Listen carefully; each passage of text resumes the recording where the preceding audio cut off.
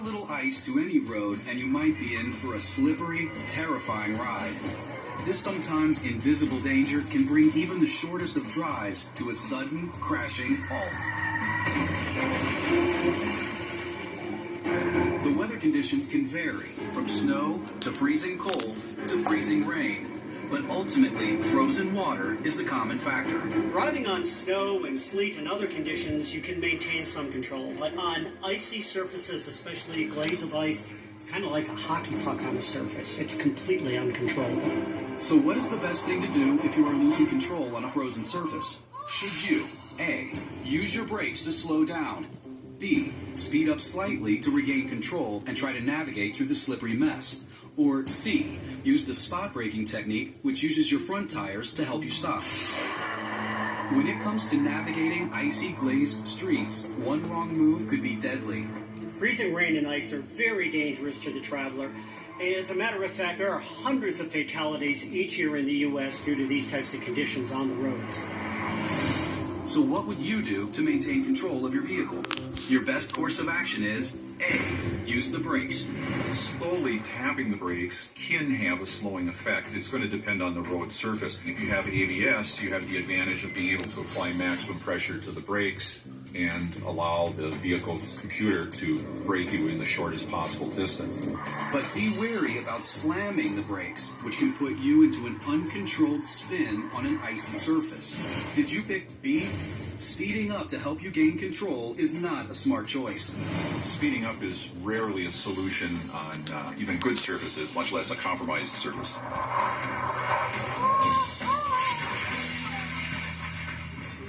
Which means you need to slow down. You have to adjust your speed to the driving conditions. And in this case, the conditions are changing pretty quickly. So why is the spot braking technique a bad idea? It's a very specific method.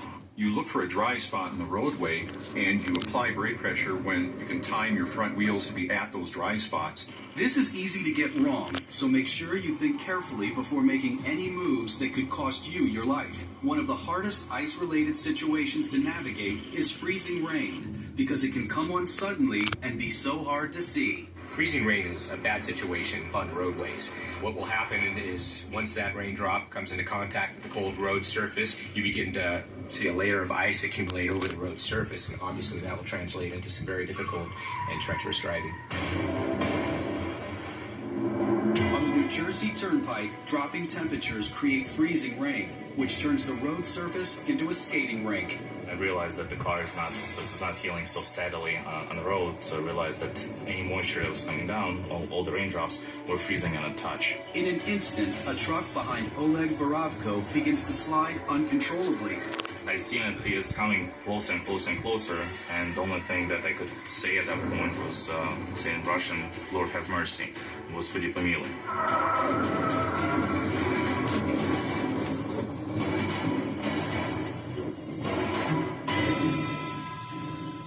First of all, there's a glisten to the roadway. That's a hint that the surface temperature is either at or approaching freezing. Second of all, I notice traffic moving way too fast. And thirdly, the distance between vehicles is inadequate. True or false? Using your brakes is the only way to slow down when driving in freezing rain. The answer is false. You can also use your transmission to help you slow down by downshifting. Oleg did many things right, including slowing down and not tailing too closely to other cars, but he couldn't control how others were driving that day, and he was lucky to escape this close encounter with an 18-wheeler unscathed. It could have been, rear-ended, that could have been hit, could have died there. Everyone survived this crash in New Jersey, but surviving a crash on ice isn't just about luck. If you find yourself in a slippery scenario, follow these tips. First, always use extra caution when driving in inclement weather. Slow down your speed and maintain a safe following distance. Be aware of how you are braking in winter conditions. Steady pressure is best in most modern cars. Thousands of accidents each year can be blamed on icy road conditions, causing injury and costing millions in repairs. So maybe this will help you think twice before you hit the road in freezing rain. There are times when the best thing to do is simply stay off the road. Because a lucky break like this doesn't often happen twice.